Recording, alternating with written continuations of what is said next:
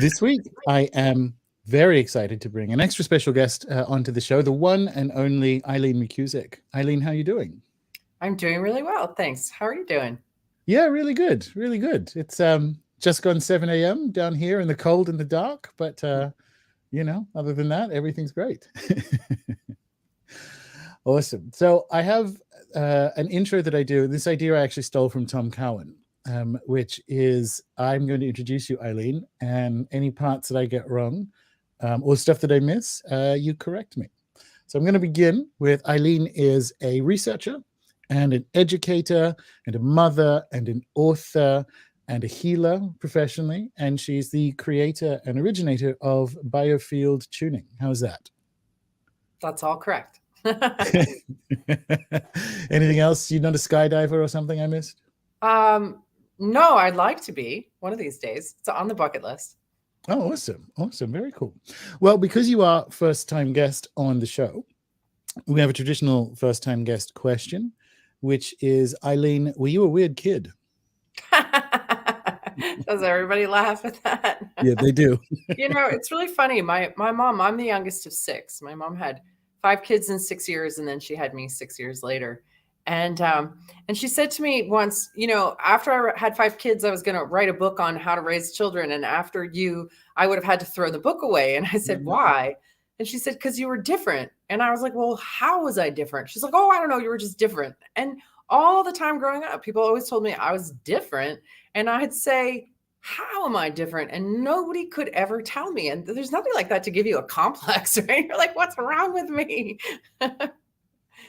Nice one. So there wasn't, did you follow any other details? Like you could levitate stuff with your mind, or you were like reading Lord of the Rings at 4 or something like that? I mean, I did start reading early.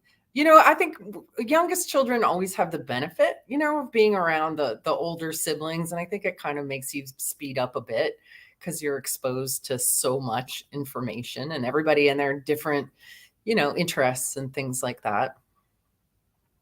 Yeah, that tracks. All right, that's cool. I asked that question because obviously the show is about magic and spiritual journeys and all the rest of it. And I keep Well, I waiting did for talk people. to ghosts when I was a kid. There we go. I'll tell you a little story about that. Apparently, I told my mother that I had been talking to this ghost, and she told me about that her story. And I told my mother the story, and they went and they checked it in the town hall, and it turns out that I was right. So, so I guess that really fits in the parameters of that, Yeah. People have moved on, hearing their story. That's a good one. Because that's the joke I have to people. It's like, were you abducted by aliens or did you live in a haunted house? And we got a ghost story, so that's pretty good. Yeah. I still talk to dead people, honestly, so nothing new there. Well, it's funny you bring that up, because what the premium members of the site are doing at the moment is every quarter they select a different kind of like topic area to do a course, and we're doing energy healing at the moment. So these are like dialogues with leading people in different modalities that kind of work in that sort of world.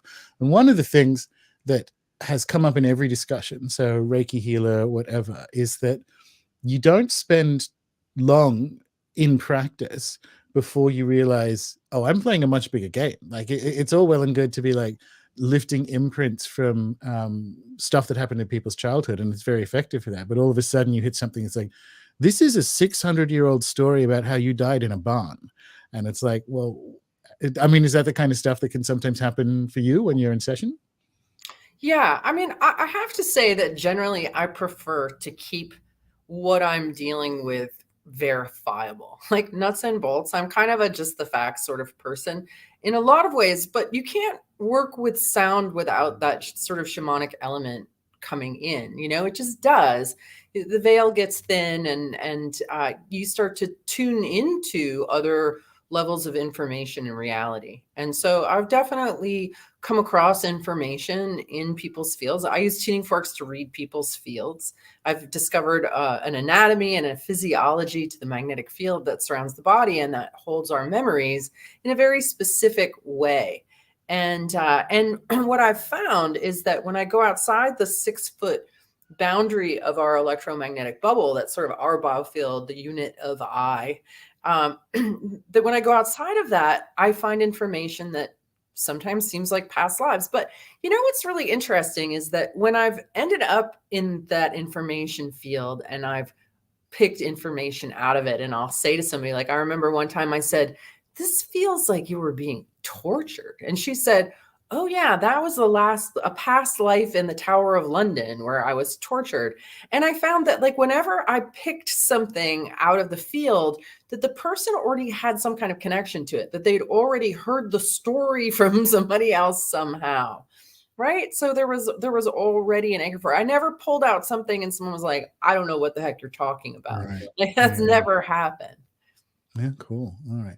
Well, we were just talking about the process, so perhaps we should begin with, like, I guess, biofield tuning's origin story. So how it began, and what it is, obviously. Yeah. Well, biofield tuning it's a sound therapy method. It's a sound therapy method that uses tuning forks on the body. We use weighted tuning forks on the body. I've got some right here. This is a weighted tuning fork, and we use unweighted tuning forks in the field around the body. And basically what we're doing is we're working with the body's electrical system, which is something that we never learn about. Nobody teaches us about the electrical system. We don't even know we have an electrical system. And I didn't know we had an electrical system either until I sort of accidentally discovered it with the tuning forks and was like, what is this? And what am I working with? What am I encountering? What's happening here? Because none of it made any sense to me in the paradigm that we are schooled on. It just didn't fit at all. So the electrical system is the flow of electric current through you that powers you, right? The biofield, the term biofield was coined by National Institute for Health scientists to describe the field around the body, a scientific word for aura or human energy field. It's generally referred to talk about the magnetic field. But what I've found in my work is that you really can't separate the magnetic field from the electric current running through the body, right? It's just kind of a law of nature that anything that has an electric current running through it has a magnetic field around it. And they're really one and the same, two different expressions of the same thing. And so when I talk about the biofield, I'm talking about the body's electrical system in its entirety, the same energy that's beating your heart, that's the light in your eyes, the juice that you are running on, right? When you're alive, your light is on, your electrical body is turned on, it's present and engaged.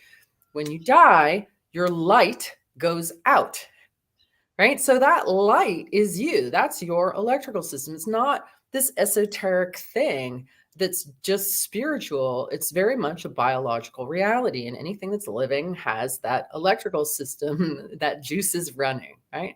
So the biofield, the field, the magnetic field is really kind of like an exploded view of the body. And anything that's going on in the body is also going on in the field. Well, magnetic fields guide and inform electric currents. And so we can adjust the way electricity is running through the body by manipulating and modulating the magnetic field with sound. And so biofield tuning is basically just a process of combing an activated tuning fork through this magnetic field. And you can hear and feel when you hit areas of distortion. And sometimes it's so dramatic that the person on the table who doesn't have a clue about any of this can hear the tonal changes. And so does the body, and the body's organizing intelligence. And just like, when you look in the mirror, you haven't seen yourself in a mirror in a while, you see your hair is a mess, you got a poppy seed in your teeth, like you immediately go to groom yourself, right? That's just your first reaction, is to kind of put yourself in order.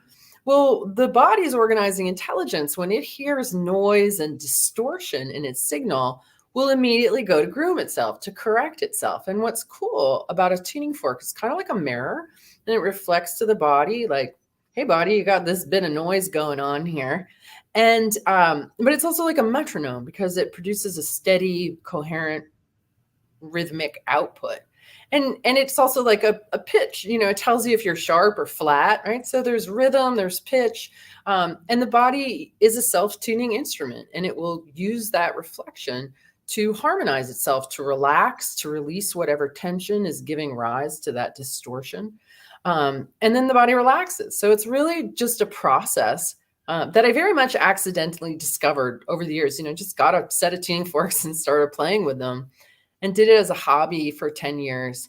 But over those 10 years, I just worked over the body, kind of with curiosity. And then I discovered phenomenon in the field in 2006. And when I started working with the phenomenon in the field, which I've come to understand is our memories, like our memories are stored in standing waves in a very specific format in the field. And that's really been my research, is to really discover this very specific anatomy and physiology and use sound to modulate it. And it's like your blueprint. It's the system that all your physiology arises from and functions on top of.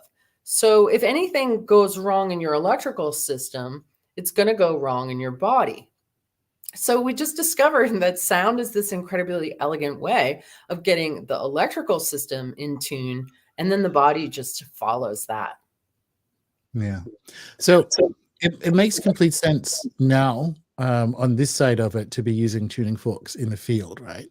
But it's one thing to, one day in the 90s buy some tuning forks, and then the next thing is like it only sounds normal now to say, oh, it's just kind of like waving them around. Like, is that like literally what was the first time when you go, oh, why did that change pitch here? Was there just a moment, or did you just have like an intuitive flash to be like, I'm just going to see what happens when I wave this over my kids or something? Yeah, no, well, I was doing massage therapy and just part-time. And I had read a bunch of books on the use of color and sound and music, like vibrational healing. And then I saw these set of tuning forks in a catalog, in the Gaia catalog. And I was like, oh, sound healing. Let me try that. And so I started experimenting with my massage clients, who, people who I knew would be happy to be guinea pigs. And really from the beginning, I was surprised. I was surprised over and over and over. I was surprised for years. Like, I'm still surprised sometimes. When you hear tuning forks, you're just like, oh, whatever, it sounds so airy fairy and new age and kind of nonsensical. I mean, that's the way I felt about tuning forks. Like, I didn't want to do it as a vocation, because when I hear other people are doing tuning forks for healing, and I'd be like, oh God, like, like, I didn't want to be a healer. I certainly didn't want to be the tuning fork lady. I did not, like, no interest in it at all, largely because of people's perception of it. I'm very sensitive. Like, I care stuff like that. I wish I didn't, but I really did. And, I don't anymore. But it's not as weird as it used to be. I mean, it was really weird. Like 26 years ago, this was very far out there. And in Connecticut, no less. One thing if I'd been in California, but I was in Connecticut. So when did you start teaching it? I started teaching in 2010. I was working on getting my master's degree, my master's in education. I was going to wait until I completed my master's in education to start teaching it. But I had a group of clients and friends who really wanted to learn. I mean, they pretty much bullied me into teaching them. And in the beginning, I didn't know. One of my brothers said to me, he's like, can you teach other people to do what you do? And I was like, I don't know. We're going to find out. But with the Biofield anatomy map, and the signals in the field are not super subtle. I mean, people tend to pick it up pretty quickly. You're like, whoa, it's vibrating more here. Like, yeah, it is. Because there are these standing waves that emanate from the body. There's a whole signal going on around us. And the tuning forks are like an invisible ink decoder that kind of make this terrain audible. And for some people visible, like you can certainly see into people's souls. That's really very much because this is the essence of who we are. It's the conscious mind. It's the subconscious mind. I mean, I would really say it's your soul, because it stores all the information of who you are, and you take it with you when you go. So I think that it's all one and the same. Yeah, for sure. So 2010, because I was sort of thinking about this the other day, I assumed that I had like in about 2001 at a Mind Body Spirit festival in Australia. So I would have been a lot younger. I had like a tuning fork session, but it was like a chakra tuning fork thing. And it actually, what you were describing, like, I didn't want to be the tuning fork lady because at the time it was quite woolly. That matches matches my memory of that particular session. But it was like 9 years before you went into teaching people. So there's literally no way this woman could have been Eileen trained. But that's it's sort of interesting that So in 2010, here's something. I did my energy healing training with Alberto Violdo, my Four Winds system. And he said that since he started training in the mid 90s to now, at the beginning of training, he would have about 70% of students who could do the sort of clairvoyant diagnosis pretty much straight away. And by now, only a small minority of people can do it straight away. And he's had to develop different techniques to help people see without seeing, like using pendulums and that kind of stuff. And he attributes that to diet and environmental change, right? And we've obviously had, even since 2010, but certainly from the mid 90s, even since 2010, a dramatic change in the kind of EMF world that we swim through. Have you noticed any kind of broad trend changes in people's biofields over that time? Well, it's interesting that you bring that up because I was just speaking with one of my teachers. I haven't taught in my program since 2018. So I'm not, and I didn't see clients from 2017 until just a few months ago. I just started seeing clients again. But over the years, even when I didn't see clients or didn't teach, obviously I'm interacting with people. I'm still doing tune-ups here and there for sure. I've definitely noticed since COVID that the whole COVID thing threw a whole lot of fear into the collective. And then the sort of medical interventions that were rolled out definitely changed people's biofields. I noticed that that people had become sort of stiff and fearful. And so that kind of contraction and noise is going to absolutely impinge in any of your clair senses, right? Clairvoyance, clairsentience, clairaudience, all of that, because there's noise in the signal. There's a lot of noise in the signal. And of course, now that there's 5G as well. And my teacher told me, she said, I've got a class right now that they can't even tell left from right. She's like, it's this whole group of students is so novice and it's kind of strange. But I definitely, and we've seen this even in our customers in the Biofield Tune store, people are really stressed. They're traumatized. And when you're stressed and when you're traumatized, your ability to assimilate information, to process and digest information really goes down a lot. It's all you can do to get your clothes on and get out the door, never mind seeing into somebody's subtle energy. Yeah, well, exactly. That's the ultimate kind of sympathetic. The reason we have sympathetic responses is that narrowing of focus to get the organism out of, the situation that's causing the stress or the concern. But if we're in it the whole time, not only does that eventually kill you, in fact, rather rapidly, but that more intuitive, relaxed listening is on the other side of that kind of autonomic shift, right? It's a little bit more parasympathetic. Yeah, absolutely. Absolutely. And so, I would say that in the years that I've been doing tuning, in fact, I had to create a whole new tuning fork because the tools that I created and was using, I started developing my own line of forks in 2015, 2014. And the forks that I created worked really great up until right about 2020. And then I was like, I need something, this isn't cutting the mustard. I need something with more nut that's going to really get in there and shake stuff up. And I created a 144 hertz unweighted fork, which does the trick, thankfully. Everyone who's gotten a hold of it is like, this is what I needed. I was like, I know, I needed it too. So so what happened there? Because one of the things I think is super interesting, I think you mentioned this story in Alpha Vedic or somewhere, that you kept breaking tuning forks when you had kids, right? So there's a sort of intelligence. How do you interpret that event now? It wasn't really related so much to kids. I did have kids. I went to college full time between 2007 and 2012. So and my kids were 7 and 10 when I started school. So I was a full-time student. I started teaching in 2010. I wrote my thesis. My master's thesis was completed in 2012. And that was a miracle. My whole going to college as an adult because when I started working in the field, I started having very dramatic outcomes.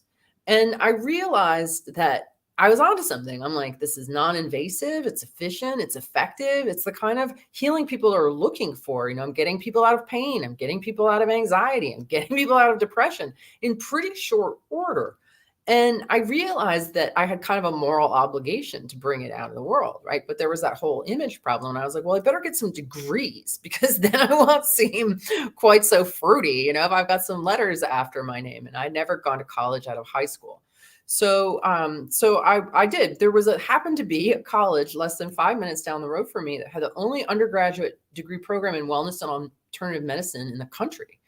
And a faculty, the woman who was the head of that department, and a couple other faculty members became my thesis committee. And they really guided me to create a very academically excellent document.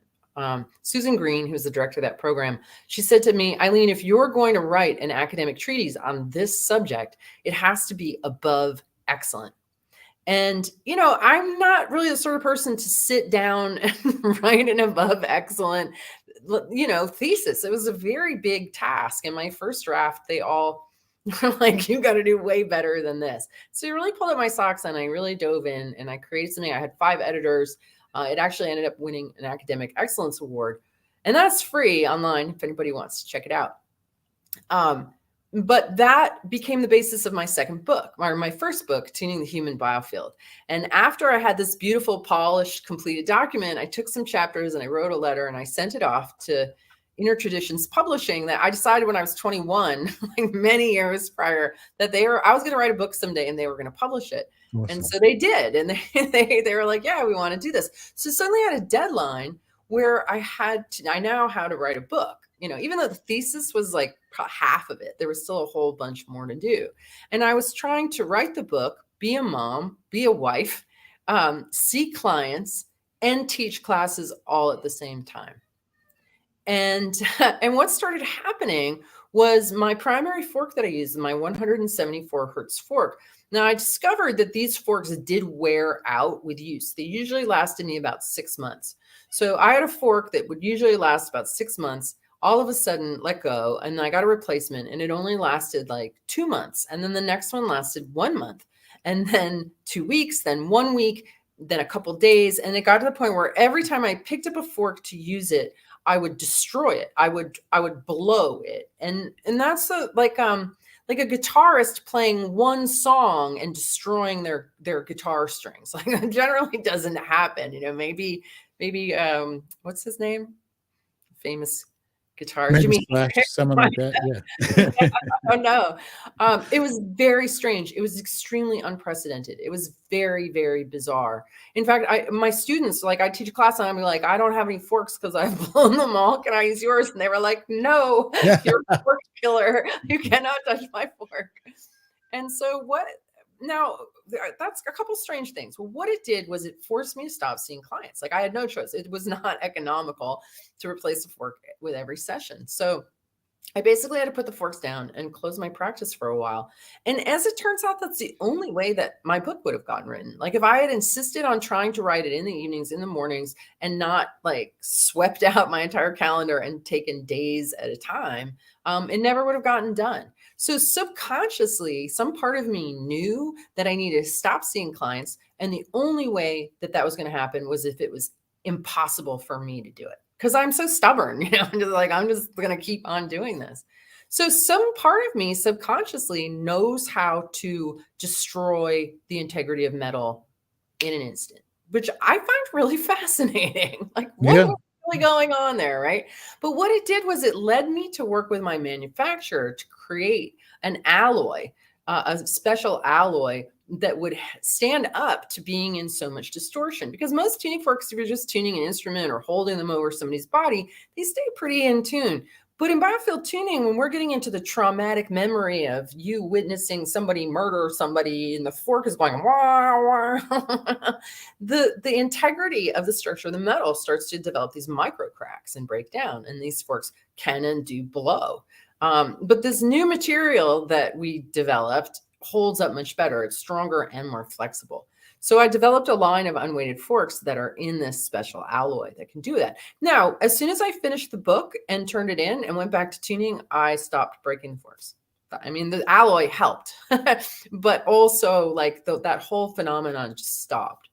So it was strange. Yeah. So because it is, and it's kind of like, as you sort of saying there, the metaphysical implications of it are quite big. So that's why I wanted to ask, like, so you experience that as your subconscious was actually intervening because your idiot conscious mind was like, I can do everything and there will be no repercussions whatsoever. Right? Yeah. So because it just speaks to this process, this seemingly simple process gives us access to, and whatever you want to call it, like a much higher level of intelligence. Because as you say, it's not just that it probably headed off like a health crisis for you because that was too much work for one person to be doing, but also if it hadn't happened, there wouldn't have been the better tools that then propagate it out to a bunch of other tuners and healers to kind of like further the work even more. So it's one of those like, who did that? Yeah. I mean, honestly, I felt that way with this whole thing. Like the whole, discovering the biofield anatomy really came to me through what I call my mail slot. And this is a concept that I got out of a book I was reading for my master's degree. I wish I could remember who coined it because the term doesn't come from me. But it's, I have perceived like I have a mail, like it's in a door on the back of my head where my spine joins my skull, and it'll open and like little notes will drop in. And so when I was combing around in the field around people's bodies and I would hit distortion, my mail slot would open and a note would drop in. I'm getting feedback. Do you hear that? Yeah. I can hear it on that side, but carry on. Okay. Yeah, we just you talk about weird stuff and I know and weird electric things happen. So I'd hit a spot of distortion and I get a note in my mail slot and it would say sadness age 12 or anger age 14 or divorce 49, just like, and I'd say, did you have something really sad happen when you're 12? And so that's the way that I mapped the biofield anatomy. And I was like, where is this information coming from? Like, do I know this? Does like my higher self know this? Is like, I don't even know. And I don't really, I dig the idea of guides or anything. I don't like things that I can't verify. You know what I mean? I don't know where it's coming from. It's a mystery. It comes in the mail slot. And the mail slot told me very clearly one day, I was just doing this part-time because I didn't want to be the tuning fork lady. I was the popcorn lady actually in that time period. I brought I don't know if you know what kettle corn is in Australia. Mm-hmm. Do you guys have kettle corn down there? Yep. Well, back in 2004, the only place you could get kettle corn was at fairs and festivals. It was not in stores. And I figured that out. And I brought the first kettle corn in stores and was planning on just blowing it up. Like that was my goal. I was like, I'm going to blow this up. I'm going to sell it for you later. I'm going to retire. But then the tuning fork thing, the mail slot delivered to me one day and said, the world needs harmony more than it needs another snack food.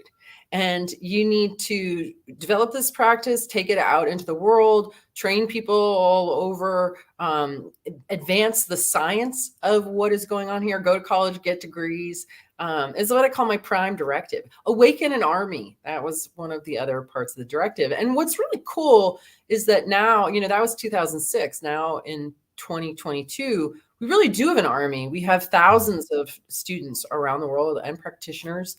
And we have thousands of people who've read the book and watched the videos and are, doing it. So this whole idea of the biofield and working in the biofield has really spread, which is really kind of amazing. I mean, there's other biofield therapies as well. But, the whole, people are so much more open now and ready for these kinds of things.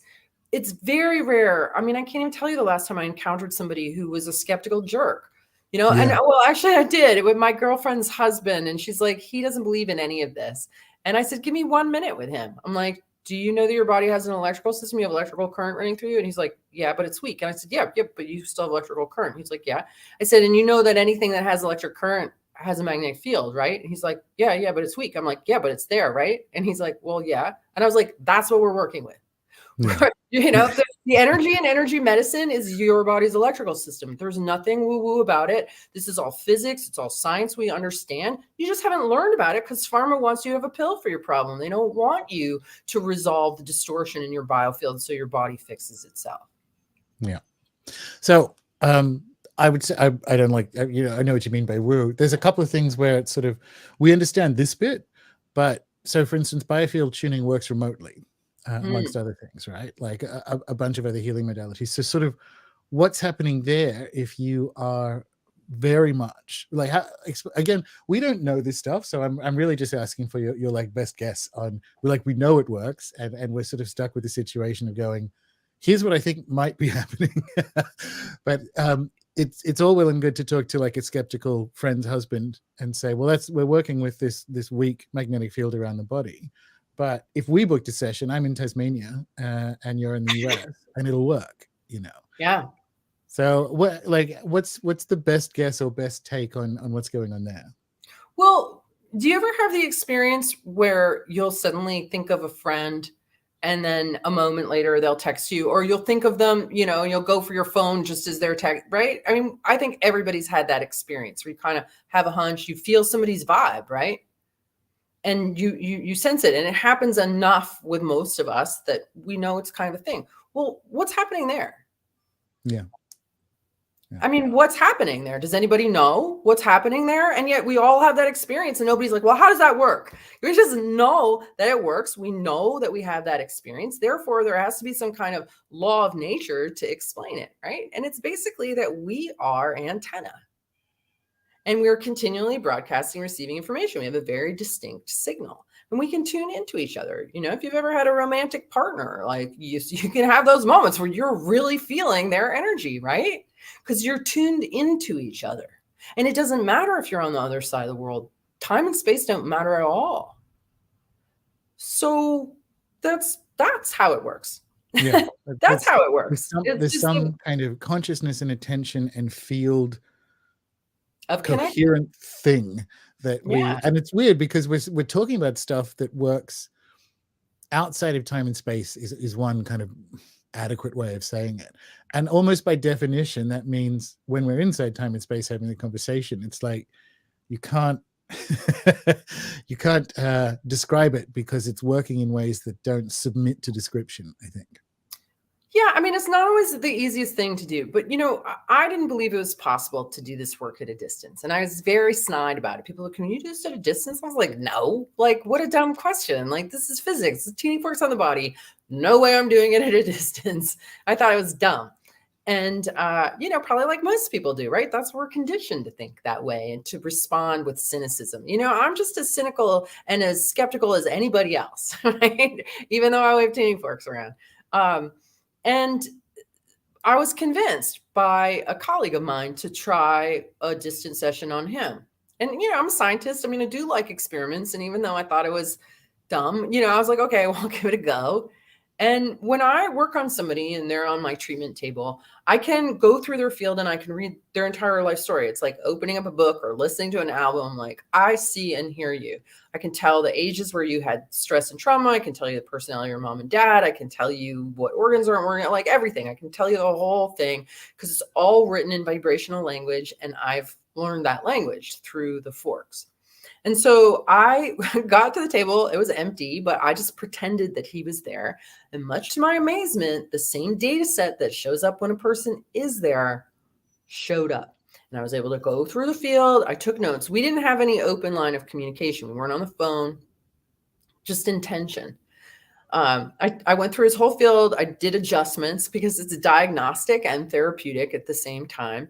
And then we got on the phone and I went through my notes. And, things like you moved at this age, your mom has this personality, your spleen is going on this, you've got inflammation there, you had a head injury in your 5, like all of these things. And he was like, Eileen, that is all exactly correct. And I felt you working on me. I felt a state shift. I feel lighter now. And he tested his blood sugar before and after, and it was different. So I was like, oh, like I was wrong. You can do this at a distance. And since then, Thousands and thousands of people have done this thousands and thousands of times. The hypothesis has been tested over and over and over again. It always has the same outcome. You can always read the field. You can always adjust the field. And most people feel it. They do. Now, these days I do it via Zoom. And, it's very easy for me to I'm going to listen to your energy. I'm going to activate the fork and I'm going to stick it here. And this is you. And I'm listening to your signal. It's my intention. It's our attention. It works. It works. So there's a natural law, and it's the same thing, I think, of just like having a hunch that somebody's vibing you. We can connect on that level. Yeah. Living down here, 99% of my clients in my practice are obviously remote, and it's the same thing. Like it works the same. And in fact, when I was trained, one of my teachers, Karen, said she actually thinks it might work better remotely, because for when you're guiding people through shamanic journeys and the rest of it, they can be in the comfort of their own homes and not have someone who very often they may have just met, like quite literally rattling around and there's feathers and all this kind of stuff while they're on a massage table. They're in a space where they kind of feel a lot safer to just kind of like drop into the experience. So whilst I love having in-person clients, because I always have enjoyed that kind of connectivity with people, hence being a podcaster, I guess, it's not even like doing remote sessions, as far as I can tell, is secondary or like a second choice option. Like it literally works the same, and for some people better. I think that's really interesting. Yeah, I wouldn't disagree. In fact, I found that when my very first distance sessions, I didn't have any open line of communication, and it really forced me to learn the language of vibration even more deeply, because I didn't have the person on the table to be like, did you move when you were 14? And I'm like, okay, that's a move. That's a breakup. That's a car accident. That I asked to pee in first grade and the teacher wouldn't let them and they pee their pants. Like that was all everything has a sound. And it's the same in everybody. We put words on everything, but we're having this vibrational feeling kind of experience and all through our electrical system. And so it's all recorded in our electrical system. So one of the questions I'm asking everyone in the sessions is a good lead up to it.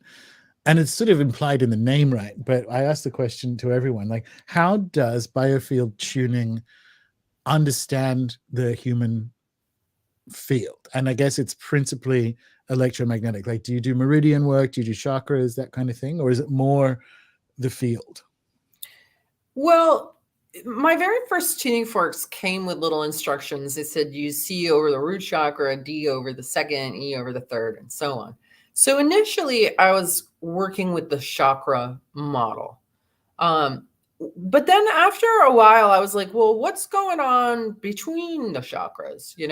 Like I started working on the knees and feet, and then I was like, boy, there's a whole lot of real estate between the knee and the root. Like what's going on in the femur here? Like what's stored here?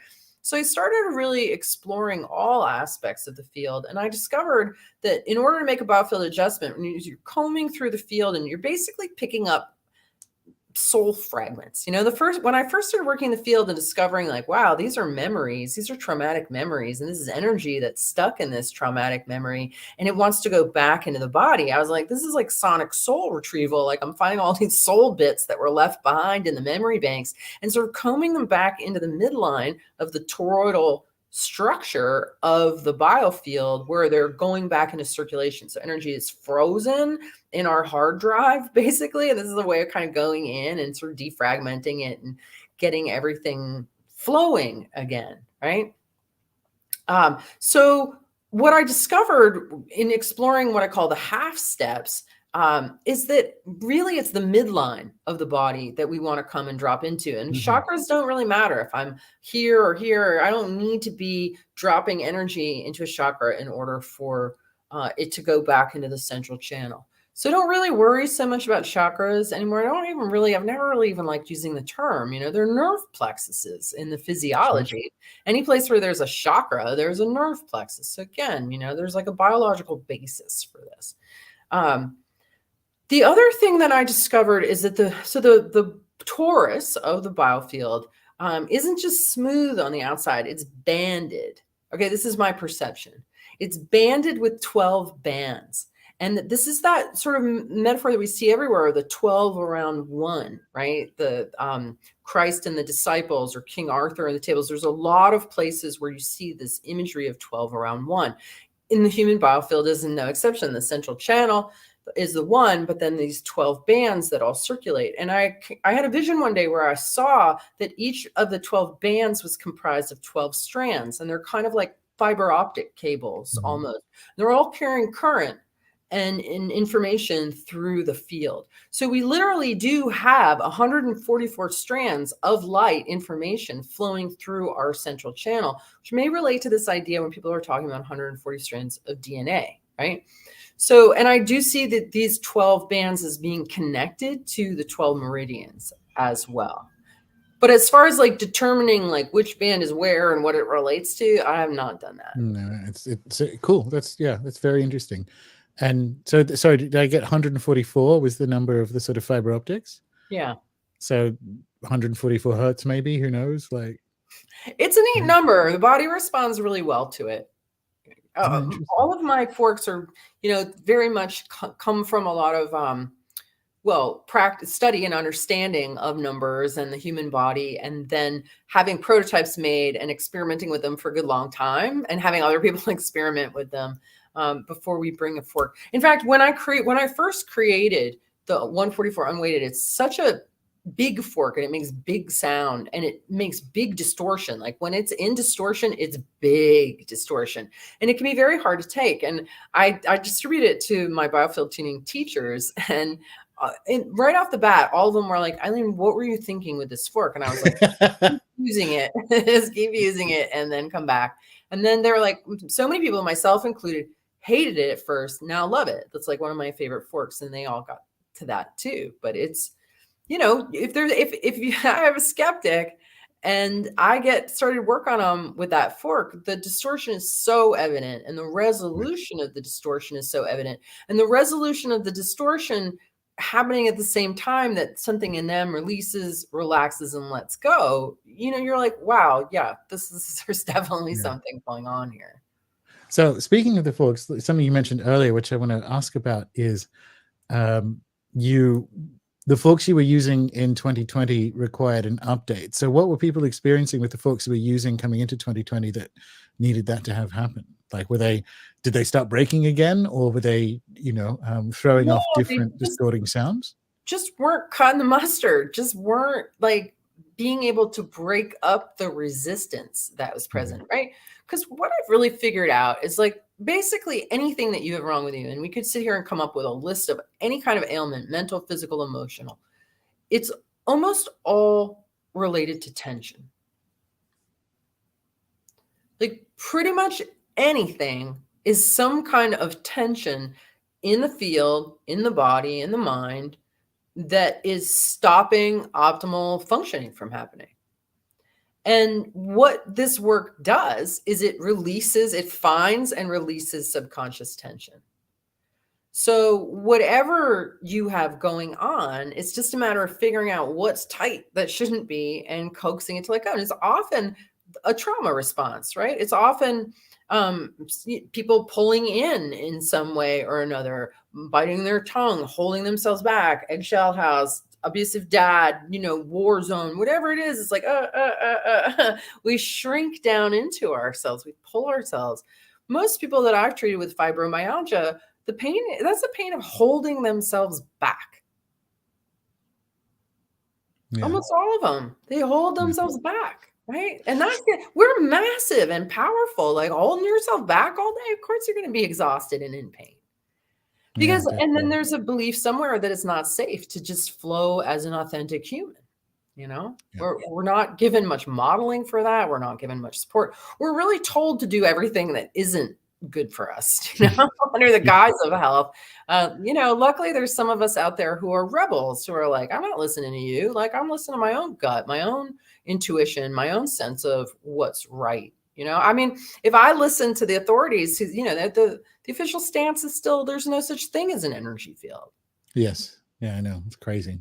It's crazy. And I like doing this to people. Like if your friend was my friend and I was talking to her husband, you can very quickly and kind of like mean-spiritedly call them racist because we are the only culture ever in history, including our own up until 300 years ago, that decided there's no such thing as a field. Every other culture everywhere and every when knows it. So are they all wrong? And those 19th century European white men were correct. Is that what you're saying? And I love doing that to people because they're like, whoa, whoa, whoa, whoa, whoa, whoa, whoa, whoa. But most of the time they haven't thought that. Right? Most of the time they haven't thought, where is this opinion coming from? And it's actually coming from like the way that story of separation is what Charles Eisenstein would call it, right? Like it's this way of seeing the world that is very destructive and mechanical and not a pleasant place to live. So you're kind of doing that for their benefit, to be like, listen, what you've mistaken as reality is actually a very destructive story that you don't have to live in. You can step out of it, right? Yeah, so true. So true. There's very destructive stories going on that are false. You know, they're false. That's the thing. Yeah. I mean, that's what I figured out in writing Tuning the Human Biofield, was that in order for me to frame my experience and my growing understanding of what was going on in the body as I was working with the forks, I had to describe an entirely different cosmological story that includes plasma and ether and syntropy and levity, right? So I had to add in two states of matter and two forces of nature in order for what I was encountering to be logical. Our cosmological story is one of darkness, black holes, dark energy, dark matter, mysterious stuff, entropy. It's all winding down. Like it's a story of darkness, dissolution, and it's depressing, and of separation. Right. And what I discovered in discovering the body's electrical system and discovering that there's another state of matter called plasma, the flow of electrical charge, and ether, the medium that everything comes from and falls back into, that electricity flows through ether, not the empty vacuum like we're told. Right.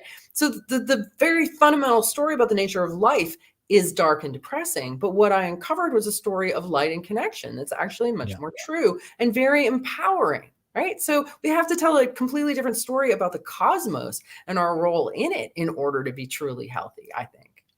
Yeah, I couldn't agree more. I think, and it's that step. Do you want to live in a dark and empty universe, or like a full and luminous, intelligent one? Which, by the way, the data support. And that's the thing that I think, that's what I would have. I like doing that to people. Like in 2022. Accusing people of racism when they're cynical is like a really good move because they're terrible. And obviously these people aren't, and I don't mean it genuinely that way, but it really shocks people into thinking like, gosh, this is not reality. It's just a story that I was raised in, right? But the fibro thing, so this is actually a really good point, that stepping into a different world and the stuff that it works for. What have you found over the years that biofield tuning is really good for versus things that it's not as good for? Well, it's really good for anything that's tension related, right? So if you have pain that's tension related, I can help to relieve that. If you have pain that's like a meniscus tear, not so much, right? Because there's an actual pathology there. Although regular treatment with a weighted fork may help to speed that healing. But, as far as like instant pain relief, generally I've been able to take people from very high on a pain scale down to a 1 or a 0 pretty quickly, just by figuring out where the pain expression is in the field and just getting it to settle down, listening to it, what's going on. It's very often it's emotional. Most of what ails people is they say stress is what kills people. Well, what is stress? Well, it's a lack of resiliency and it's a mismanagement of emotions. And most of us don't know how to manage our emotions except to stuff them. And that's where all addiction comes from, is a whole like, don't want to feel the pain. I don't want to deal with this. I'm just going to, numb myself with whatever my substance is, whether it's overwork, which people do in spades, especially in this country, or whether it's pills or substances or shopping or whatever it is, So ask me the question again. So what's it good for versus what is it not so good for? Yeah, so tension related things. So things that I've been very successful with, anxiety. Anxiety is a rhythm. It's just the body being off rhythm. You just help the body to get back into its rhythm, get grounded, get into a state of flow, stop bouncing around like a squirrel in a box. Depression is tonal. Now, when I work with people, I work with mild to moderate. I'm not talking about the severe, and I'm not talking about that end of the bell curve. Okay. We work with mild to moderate conditions. Anything that's severe is out of our wheelhouse. Okay. So when I speak to these things, I'm not talking about anything severe. I've helped people get out of depression because depression is tonal. It's a part of the body that's expressing that's, you can hear it. It's off the left shoulder. You know, stick a fork off the left shoulder. It's flat. And that's just because it's just been a whole lot of heavy inputs that people haven't digested. But the sound helps, first of all, to hear you. Like, oh, listen to you. You're carrying around some heavy energy. Yeah. Right. And then, but then the body works with that. The body doesn't want to sound flat. The body wants to sound in tune. So it will use that, and it will lift that heavy tone, and it will strengthen the brighter tones. Things like bipolar are people who are expressing high, fast tones and rhythms and low, slow ones. And they're just bouncing back and forth between the two. They're missing their mid-range. So we lower what's too high and fast, we bring up what's too low and slow, and we strengthen the midtones, right, of the human instrument. We bring you back in tune. So your inner experience is one of harmony.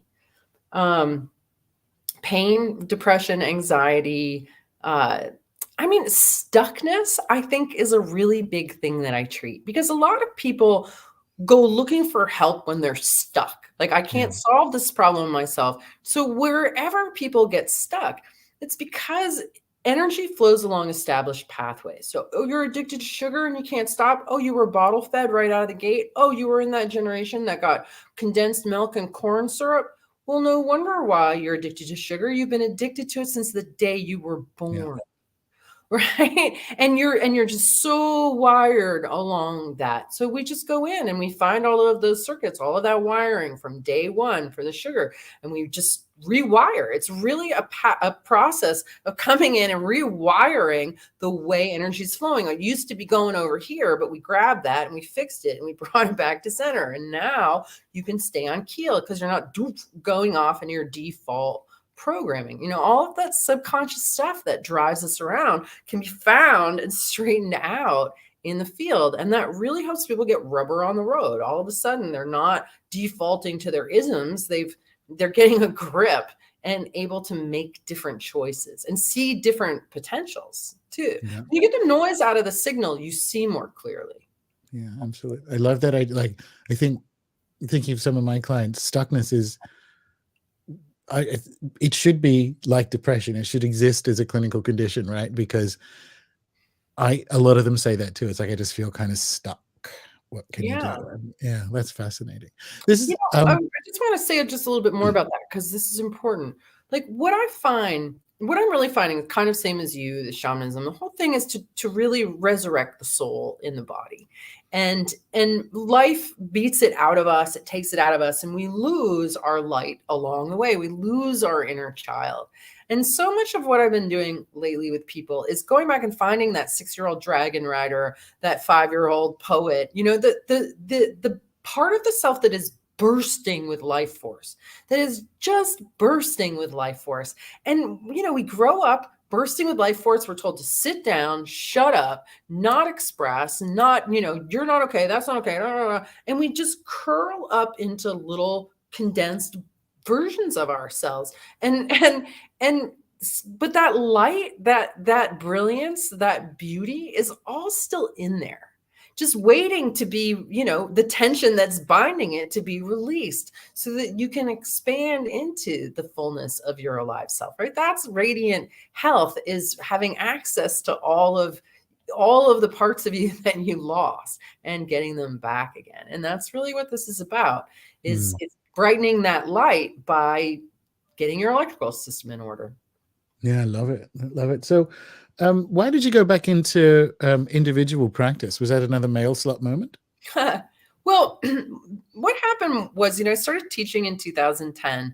I graduated in 2012, and I started a PhD program at California Institute for Human Science because I wanted to get a PhD too. I wanted to keep doing research, and I started going to school there for a couple of years.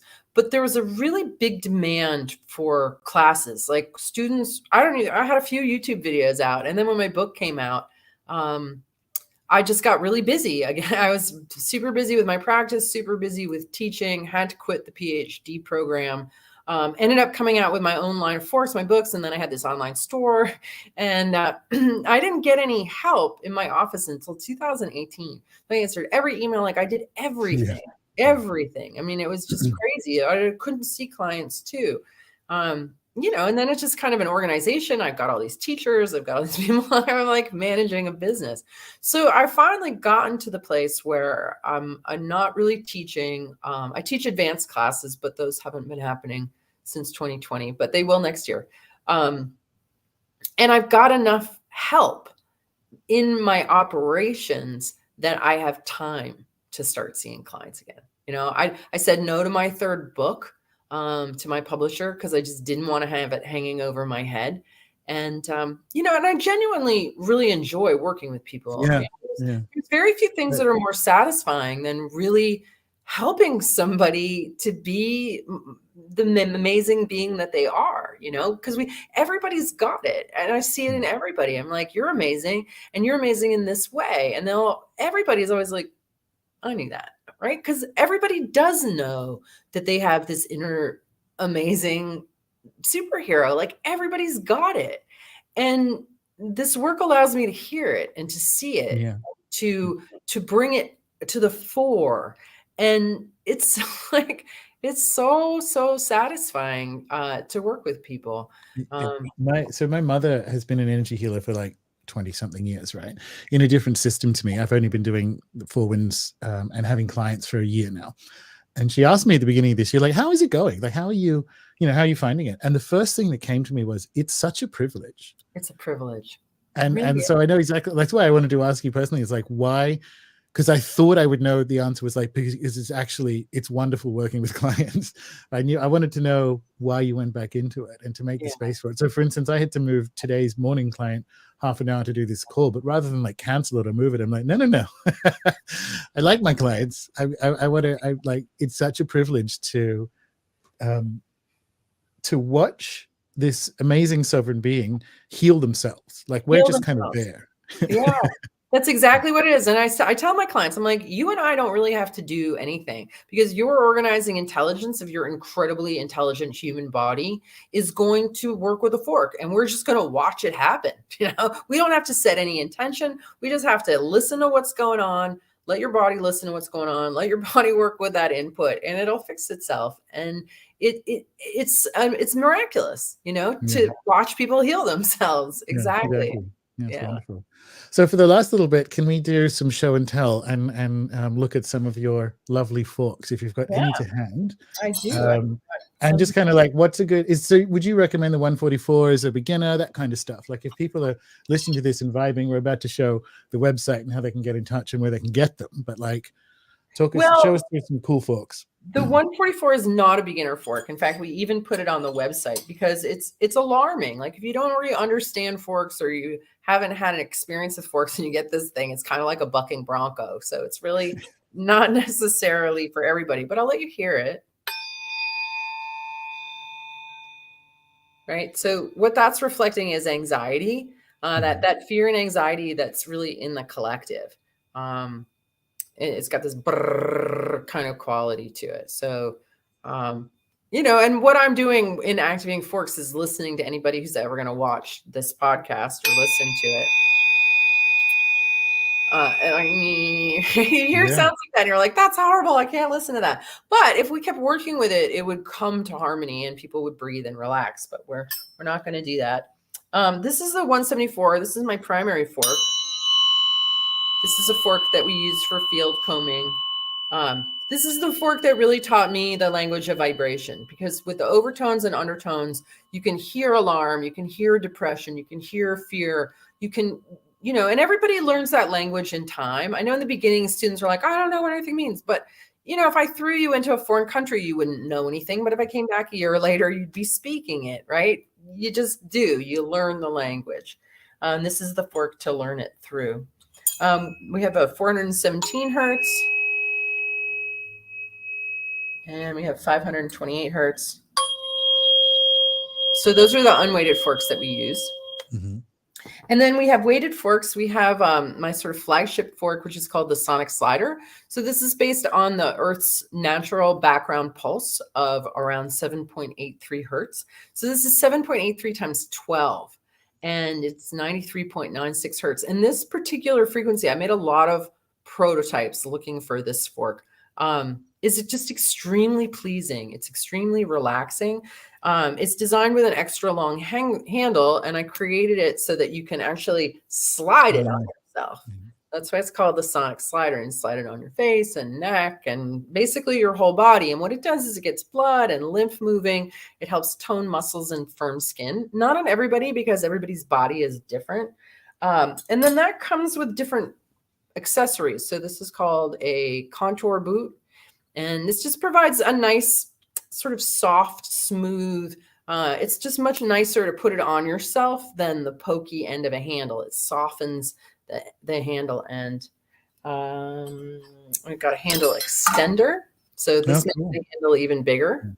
And you can slide with that. I like heating this up, getting out of the shower and rubbing that. And then we've got one more. So that's best if people were going to like, if they were looking for one to use for themselves rather than, would you start with a sonic slider or? Yeah. Well, it depends. I mean, I think if you want just a fork for yourself for sort of general, because people can use this for themselves on pain. If you've got like TMJ or get a headache. I mean, over the years, we've heard so many different stories of things that people have figured out how to do with this. I put it on a mosquito bite after, I put it on a tick bite. I put it on it's made my hair grow. It helped me get over my food allergies. Anytime I feel a migraine coming on, I found these particular points that I use. It's improved my skin. My skin is clearer and brighter and more radiant. So there's really, it's a good kind of just thing to have around the house. Kids love it. If you want to settle down a kid who's having a fit or give some love to a parent or a loved one who's in bed, just doing it on the toes, on the tips of the toes or the bottoms of the toes, just running this down in the toes and up the legs is so grounding, so relaxing. So there's lots of different ways to use this, and you can use the weighted forks in the field. Like you can move it through the field, feel where you hit distortion. It's kind of a cool thing to explore if you've never done it before. You're like, whoa, right there. Or like, I almost feel like it's pushing me back, right? You can find these areas, kind of hang out in them, and then bring to midline. So I have a bunch of videos on our website at biofieldtuningstore.com. Like really simple, short ones, how to use forks on yourself. Tune Yourself into Health is a series that's you want to at go store or .com? You want to go to the store. But it's that green, Oh, is it? The green button at Biofield Tuning. Oh, look, well, yeah, of course, right there. Yeah, there you go. So there's all kinds of instructional videos at different price points.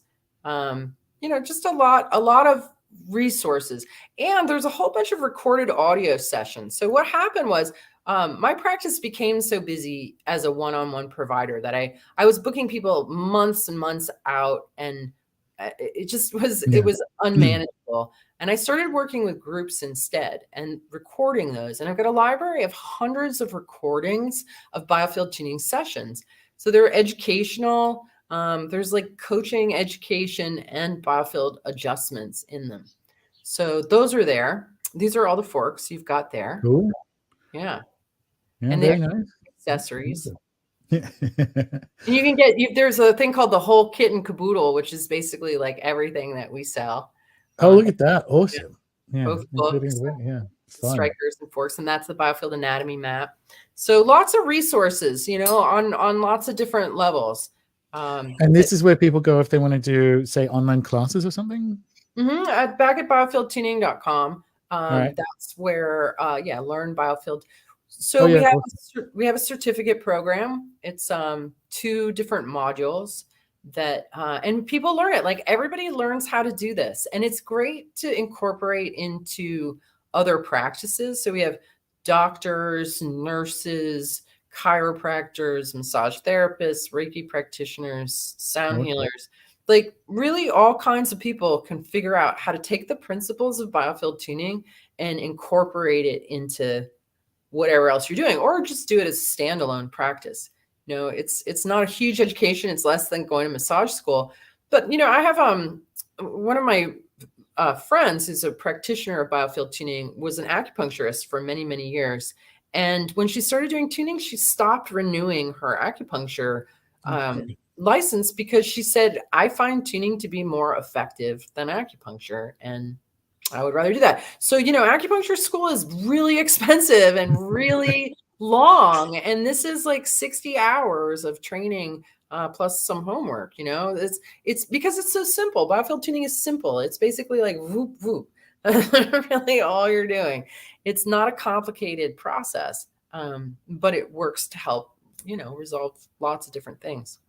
Wonderful. All right. So biofieldtuning.com, biofieldtuningstore.com. Anywhere else? And what else you got coming up? Any other cool things people should know about? Well, there is this other thing that I do with voice. So I determined the biofield anatomy by myself with my own research, but also came up with a thing called the sonic anatomy with Isaac and Toril Koren, and which is basically, we discovered that the body resonates specific sounds in specific areas. Now, I know there's other models out there. We threw all those models out the window and came up with our own system.